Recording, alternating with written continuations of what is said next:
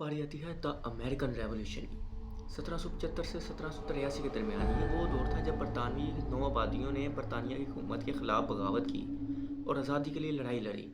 इस इनकलाब के नतीजे में अमेरिका एक आज़ाद रियासत बनकर दुनिया के नक्शे में उभरा और दुनिया की पहली बड़ी जमहूरिया बनी। हम इनके पस मंज़र पर एक नज़र दोहराएं तो अमरीकी इनकलाब के पस मंज़र में कई वामिल शामिल थे, जिनमें बरतानिया की नौआबादियों पर आयद किए गए भारी टैक्स और कवानीन शामिल थे।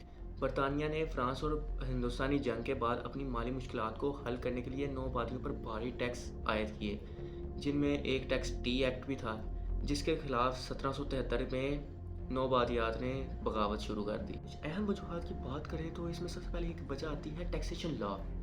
बरतानवी पार्लियामेंट ने नौआबादियों पर उनके बगैर नुमाइंदगी के लगाए गए टैक्स यानी नो टैक्सेशन विदाउट रिप्रेजेंटेशन शुरू किए।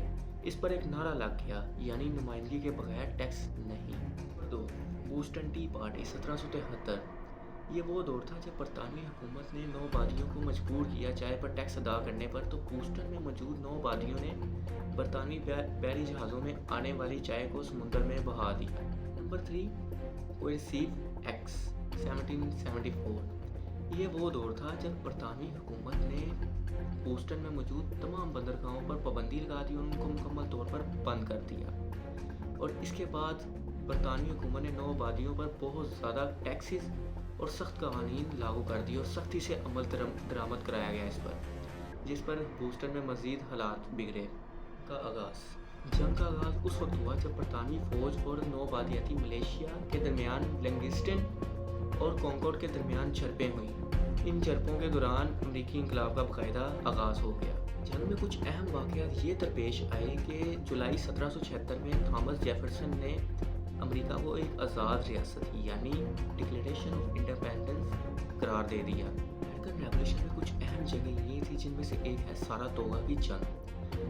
1777 की बात है जब अमेरिकन फ़ौज ने एक बहुत बड़ी फतह हासिल की और इस फतह से फ्रांस बहुत ज़्यादा मुतासिर हुआ और वो अमेरिका का हमायती बन गया।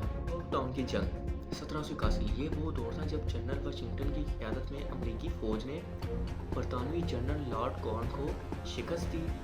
ये जंग अमेरिकी रेवोल्यूशन में एक बहुत अहम जंग साबित हुई और अमेरिका एक नई ताकत बनकर उभर रहा था। तो जंग के दौरान दूसरे मुल्क भी अमेरिका की मदद में पेश थे। जैसे फ़्रांस ने बहुत ज़्यादा माली मदद की अमेरिका की, जैसे बहरी बेड़े, जंगी सामान और अमेरिकियों को दूसरी इमदाद मुहैया की और अमेरिका को जंग में कामयाबी दिलाने की यकीन दहानी कराई। इसके अलावा नीदरलैंड और स्पेन ने भी अमेरिका का काफ़ी साथ दिया और उनकी हिमायत की।